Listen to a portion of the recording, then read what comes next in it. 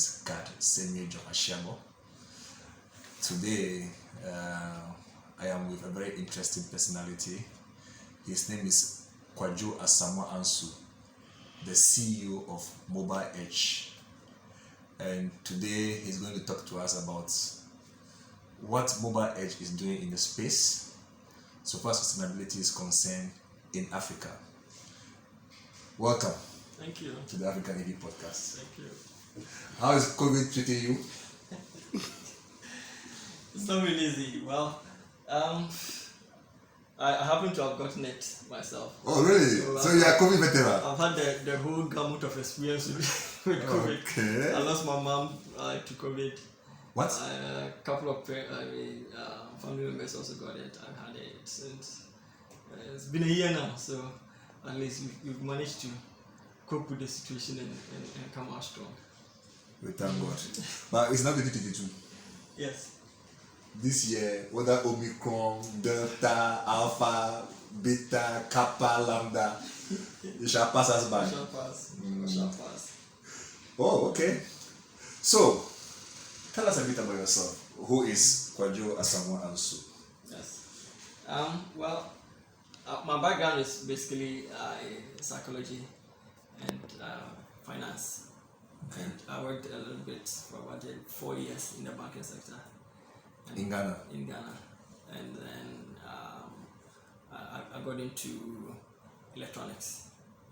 That is TVs, laptops, supplies.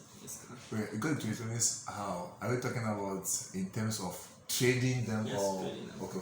Yes. Okay. So, one of my relatives owned an electronics assembly plant. In Ghana here? In Ghana here, Zepto. Zepto, okay. It's quite, these operations have drafted a little bit, but okay. Just still in operation. They used to assemble TVs, laptops, and like okay. for the Ghanaian market. Oh, okay. It was quite a good brand. And so I managed the marketing for about 2-3 years. And then I started MobileEdge. Okay. Basically, was just moving on from the electronics. So it's a natural transition. Yeah, natural transition from the electronic space. So I did sales. I use some of the other brands in the market. That is Samsung, LG. I was basically a retailer for them. Oh, okay. Some good sales with. I would say I'm a biased boy, so there was a natural opportunity for me to sell to our service personnel in the military. But this, in fact, at Zepto we were doing what they call CIF. That is insurance and freight. Insurance and freight okay. importation of electronics for the armed forces. Oh, okay. So for because it's a government institution, that means that it will be tax exempt. Yes. That's quite a good business model. It was. So that is how I understood the market for electronics, basically. Oh, okay. So when I started, I basically utilized the same platform to sell the other products, because the CIF was for soldiers that were going on peacekeeping operations and coming back. Oh, okay. So you buy or whatever items that they want. When they come, they clear themselves basically, and then they distribute it for them. The missing link was those who were here in Ghana, of course the thousands of them who were not going on operation, and obviously you couldn't buy an item from outside when you are here. So there's something I don't understand. When you buy for them CIF, the goods come and they are kept in the bonded warehouse. Well, actually, the goods are shipped in consigned to the armed forces. So it's not the company that clears it. Oh, okay. That's why it's CIF. So the armed forces themselves that clears it. Oh, okay. And they distribute it for those who ordered for them. Oh, okay. So you couldn't buy and then sell to somebody who was here. that log one on peacekeeping operation. Okay. But how do you make your margin? You are buying a CIF, so you are buying a CIF. You are importing directly from a manufacturer. So you buy at an FOB price from the manufacturer, and then you put your margin on it, and you invoice the importers. Okay. They pay you back upfront. They import the items for them. Okay. So They pay you before. pay you before you. This sounds like a very ideal It was business model. You look I wish I had missed such a business model. that one, those of us who are cash strapped, no, big of ideas. I tell you. It will work, So when was this MobileEdge? When was it that you started? That was in 2017. Okay, so that's like 5 years now. Yeah. So with because the CI was only for those on peacekeeping operations. Yes. I saw the opportunity for those here. Okay. Who needed those appliances as well. So we started supplying those items on credit. That's high purchase. Okay. For them, it was quite good. So that means that you said the thing. Then they have to the money will be deducted from their salaries. Yes. So you are guaranteed payment. Right. It was a very good business model. So. Okay, so this is what we started with 2017 and how you were doing. Yeah. So how did the evolution come that you entered into this whole sustainable space? I'll always be interested in renewables, renewable energy, solar. Why? Because of sustainability. There's always been that inkling for sustainable energy, basically, because.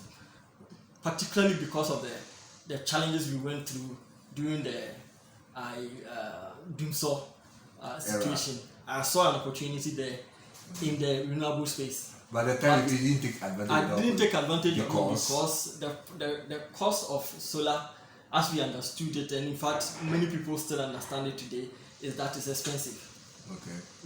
We've come a long way to a point where now it's way cheaper than it used to be. But during that time, it would have been very difficult from where I was to basically sell it with the model that I had in mind. Mind you, I was selling electronics to soldiers on a credit basis. Okay. So to utilize the same model into the renewable space, what you want to get to is affordability. Mm-hmm. That is the goal to mass adoption. Not cheapness, yes. Affordability. Thank you.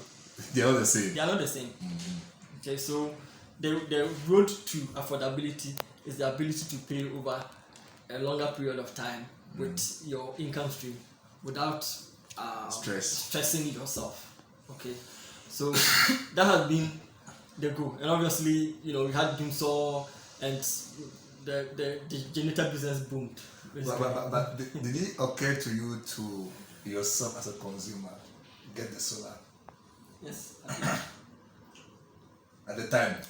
But then again, the same affordability also will beat you because the so-called Ghanaian mentality in business. Somebody will go and buy it out there. When it comes, the margin you slap on it makes it even more expensive. Okay. Excuse me. So I had that model in mind, and that is how we've somehow structured the entire strategy that we want to come to market with our current position for both renewables and then the electric vehicles.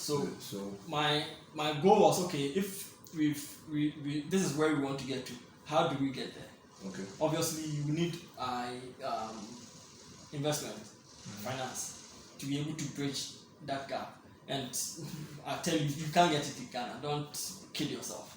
Now you're getting to the point where a lot of financial resources are coming into the marketplace. So there are ways we are able to marry synergies to provide cheaper solutions in terms of financing to end users. But back then, between 2017 and now,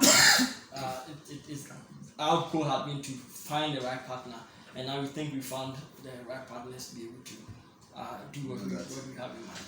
We'll cycle back to that. I wanted to query something. when you said about you're killing yourself, you think you can raise the money in Ghana. As a veteran of field capital raises in Ghana, I want to know a bit more about that. I mean, you must have some experiences. Well, I have a banking background, so I understand the dynamics. So, no, you see, it's different when you are the one being approached as a banker. Yeah. The banker, you have a clear structure of what you support, what you don't support. Yeah. But it's different when you are the entrepreneur who now needs the money. You know, yes. How was that pain? It's painful, very. Because, you know, they tell you when you're starting a business, you do family and friends. Exactly. Exactly. The 3 Fs. Exactly. And then you transition on there to organically grow to the point where you can get to the next levels of financing. So you have venture capital, and then you have mezzanine, whatever it is. Then you get to banking. Then you find that the venture capital has the same challenges as you expected within the banking sector. Okay, and obviously, in fact, even raising the family and friends is another challenge altogether. So for me, it was organic growth, basically. We until recently we hadn't really found our foot yet in terms of doing the financing. And I guess the strategy has worked out. Probably has explained that strategy at some point. So you're big on vision and short on cash. Exactly. That's the story of African entrepreneurship. Big vision, no money altogether.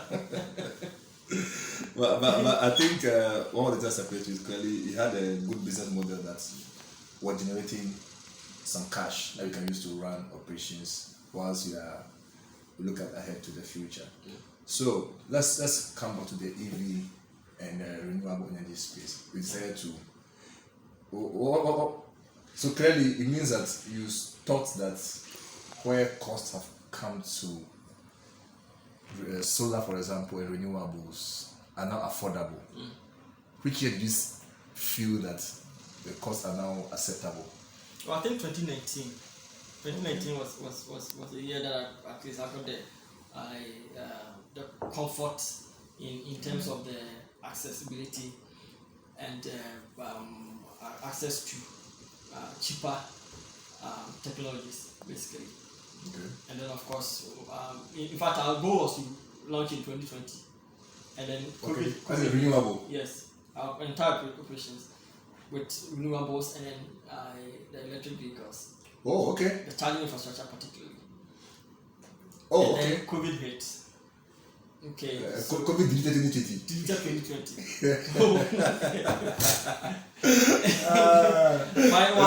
The guy with the camera is laughing. You know, on a side note, I noticed that when I'm talking to my friends, somehow they don't calculate 2020. You know, they were talking like, oh, this thing was like 1 year ago or 2 years ago. Yeah. When you calculate, it's like 3 years ago. But because 2020, for a while, we were all under lockdown. And even after lockdown, people were not sure what they were doing. Yeah. It's very interesting to behold. Oh, okay. So 2020 was the year you were supposed to start. Yeah. Then COVID happened. How did COVID affect your expectations? Well, for me, everything came to a standstill. Okay. Basically, because I was working with partners that were foreign. Okay, and we were coming into market with those partners. And here we were, the entire world is shut down, basically. Okay. So everything was at a freeze. We all had to wait it out. Okay, so what was the plan? Let's deep dive. Well, so you are looking at, let me break down some few dynamics within the EV space so that we marry that with the situation in Ghana and then you understand where we want to get to. So the cost of electricity, the sustainable access to electricity within the country. if you're, in fact, when it comes to cost for electricity and EVs, it's really not much of a problem, because compared to internal combustion engines, there's no comparison there. Compared to the price of fuel. Compared to the price of fuel. But the challenge is reliability to access. If, for instance, you have an electric vehicle, you're supposed to charge it. You got home yesterday, you plug it in, and then light goes off. It never comes on by morning when you are ready to go to work. Your day is interrupted, unless you're going to use a generator to charge it up. That's another challenge altogether. So, and then the problem with the charging infrastructure, you're going to install a charger at whatever location for use. You find that the cost of charging equipment is very expensive. Okay, so if you install a DC charger at any location and you're buying electricity from ECG, that is where you find you realize it's an investment that would take a long time to pay itself back. Okay, so let's say you are a retailer, you're able to buy electricity at maybe 15 cents per kilowatt hour from ECG, or perchance you're able to negotiate directly with VRA or BRI and buy at maybe 12 cents. You're a bulk user. You're a bulk user. So 12 cents is what? 12 cents per kilowatt hour.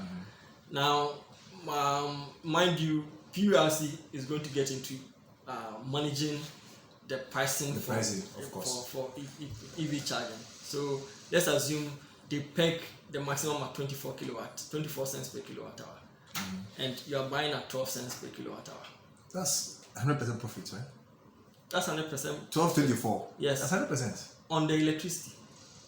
Yes. 12 cents. Which is what you are selling anyway. Yes, that's what you are selling. The charger is around, if it's a DC charger, you are looking at around $50,000 per unit. Okay. Okay, so do your math. How many charging sessions you have before you can break even on that? Okay. Okay, so you do all of that math and you realize, okay, if I can produce the electricity myself, even if I'm producing 50% of the electricity myself, and your business model is stronger. Your business model becomes stronger. But the initial CapEx goes higher. So if I find a partner that can bridge that initial CapEx for me, I can utilize that margin to break even at a shorter period of time. Okay, so if I have in other words, you cut off never ending OPEX for a bulk CapEx upfront that is capped. Yes. Well, once the cost of the equipment is paid, it's all profit. It's all profit. Of course, there's some maintenance and operation. Very, very minimal. Okay. So this was your idea. Yes. Okay. So if I'm able to find synergy to solve all those challenges and get to the point where you can operate from there, you become much more profitable. So in 2019, you are telling us that you got somebody who was willing to invest in this model. Yeah. I find that very, very interesting. So you can find there are various gamut of problems that arise at any point. Yes. Even having that initial problem solved, you find that the other problem of penetration of EVs. I was just waiting for you to come there. So, how many EVs are in the market? As of, I think, July or so, last year, I think it was around 600 units. Around, That is a false statement. What that statement is talking about hybrids largely. Yeah. Okay, not pure EVs. Not pure EVs. Pure so, EVs. Very minimal. But you continue. But as of 2019. As of 2019, how many EVs were around? Less than 10. If that. Yeah. In Ghana, the whole Republic of Ghana, please, yes. for those watching from all over. We're talking about the whole country, Ghana. Yes. So now, as a city. So obviously, that is where even COVID helps a bit, because if you were to come into market, you'd have had to find money to bridge that penetration gap. Okay. How do you help? Well, we are all sitting home at home. We are not doing anything. So let time solve that problem for us. I think I'm more impressed by your investor. I'm highly impressed that he or she or them were willing to take this risk, in quotes, given the Ghanaian context when it comes to, as you alluded to earlier, about investing and investments, and also the market in question. No, so you are looking at it from the point of view of the EV. I'm looking at it from the point of view of the energy. So what we want your customer to get to is energy sustainability. Okay, so if somebody is going to own an EV 2-3 years down the line, what that person ought to be looking at now is being self-sufficient in energy production. You see, I suspect that how many minutes have you done so far? Huh? 21. We have to break this into 2 or 3. So, so let's do this part. Yeah. You see, the thing is, you said about somebody wants to own an EV in 2 or 3 years time. As of 2019, most people don't have an expectation that they are going to buy an EV. Number one. And even those who are aware of it, most of them feel that, oh, it's highfalutin. It's something that from 2030, even today, a large chunk of people have that expectation.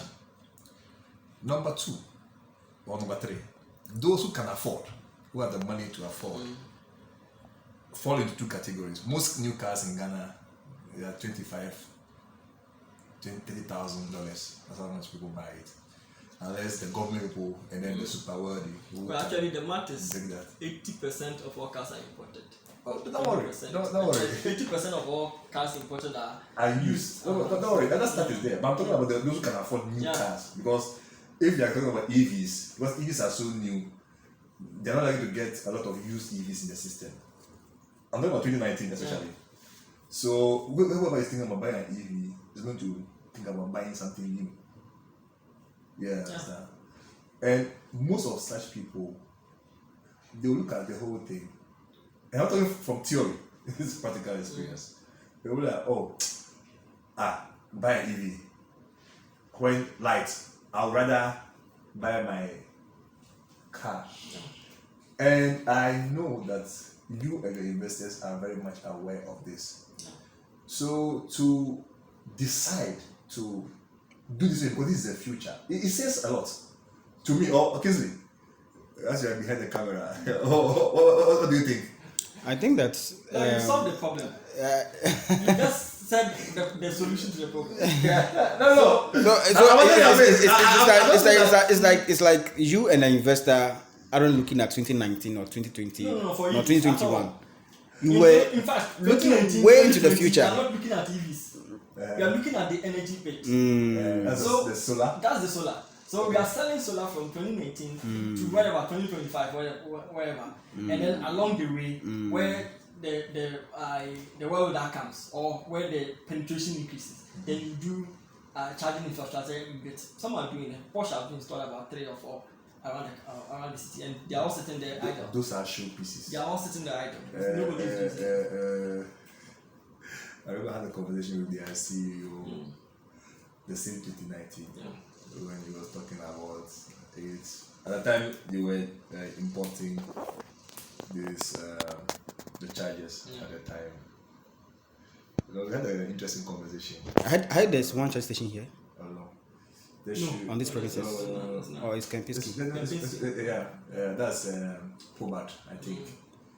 You know, there are a lot of things that have to go right for all this to happen. Okay, so that was 2019. We are thinking about doing solar, we are thinking about doing charging systems. What about the vehicles? I didn't hear you saying number of the vehicles. No, I didn't say anything about it because 2019, our interest is not the vehicles. Our interest is in the energy. But that's what you can do out of the gate. At the gate and get. But was there a plan for chargers as of 2019? No. The vehicles going forward, as in having a hand in part of the vehicle supply chain. So we already have distributors in Ghana, automotive distributors. When the market is ripe, they will bring the vehicles themselves. So me as a service provider, I need not get into supply of vehicles or importation of vehicles. Okay. The limitation is the inability to charge within the marketplace. There are no charges. Okay. I cannot just go and install charges when the vehicles are not presumed to be coming or available. Okay. So for me, as I said, my goal is energy sustainability wherever I can do so. So if it's residential, corporate, that's CIs, commercial and industrial solar solutions. Then you go to residential. Okay. And then by the time you've through all of this, you've generated a high penetration of solar within the market where people are generating enough electricity on their own. So in terms of bringing EVs, they're not stressed. They are not stressed. Okay, so now I can come to you and what is your strategy in targeting the market? Are you starting from are you thinking mainly the commercial, residential, industrial? What's your approach? So now we are focused on industrial, commercial and industrial for solar. Okay. So and what's the model? The model is a lease to own financing. We provide the solution to you for you. You pay for it over a period of 10 to 15 years. In fact, your monthly payment covers the cost of the energy you consume. That's what the capital is. Yes, it's going to be cheaper than your bill from the energy generator. Energy generator. That's a neat trick to bypass the ban on PPPs. Yeah. It's a neat trick. Actually, it's something I've been telling some people who have been complaining that now the government is frustrating us. Do this. A higher purchase. It's a neat trick. I'm impressed. So now, once you are energy independent as you want you to be, you are producing enough energy on your own, then you can sell you a solution of electric vehicles. Because you are combining your transportation costs with your energy costs, which you have already solved. Okay. So what sort of sectors the client that you are having now? So you look at hospitals, you look at industry, you look at factories. Hospitals, industries, and factories. What was the minimum capacity for your install? For us, the minimum is we will be willing to do a minimum of 30 kilowatts. But so far we haven't done anything below as low as that. Minimum 30. 30 kilowatts. Not 50. I'm saying minimum. Okay. So if you have 50 is doable. Okay. And the maximum? There's no maximum. The maximum is the what do you call it? The regulator's limit on your ability. Which is 500 kilowatts anyway. So beyond anything below 500 kilowatts, you don't need to get license for it. If it's above 500 kilowatts, you get the license. You need to apply for a license. So if somebody comes to you that I want 1 megawatt, you do it. It's clear. It's a neat trick. I like it. It's pragmatic though. Yeah. It's pragmatic. Okay, you get the trick right. So okay. So let's say I'm a prospective client. What is the process? So we do an energy audit for you. Do you have to pay for that? No, we do an energy audit. We design the system. We give you a proposal on the financing of the proposed system. Once we agree, to my cost savings. yes. Proposed cost savings. Exactly. Once you agree on that, then we sign a contract, we install for you. How long will all this take? Because any for example, maybe it take like 2 weeks. Then you need to agree to 2 weeks. That's a big word. What does that entail? Oh, we want to know exactly how much energy you are consuming in real time. So you come and install a like data a logger. monitor There's a data logger we install at the on my meter. On your meter. Let's come to my our common level, like a monitor or to monitor the energy I use. The energy you're using. Okay, so it will be monitoring 24/7. Yes. For how many? weeks. 2 weeks. 2 weeks. Some do up to a month. Okay. But at least 2 weeks, you have a very good idea. Okay. And mind you also compare that with your ECG bills. So you know at least you are paying this much to ECG on a monthly basis. But I want to know the real time movement of so I can know the maximum peaks, the capacity. troughs. Exactly, yes. But here's a funny question. Have you ever, after doing the audit, have you ever noticed a variance between how much you're supposed to pay and how much you actually pay to ECG? Yeah, that one I can't go there. Okay, that's a technical answer. So the wise will understand the meaning of what he just said. It's a message. It's a message. Anyway, so I think we are clear on the energy space now.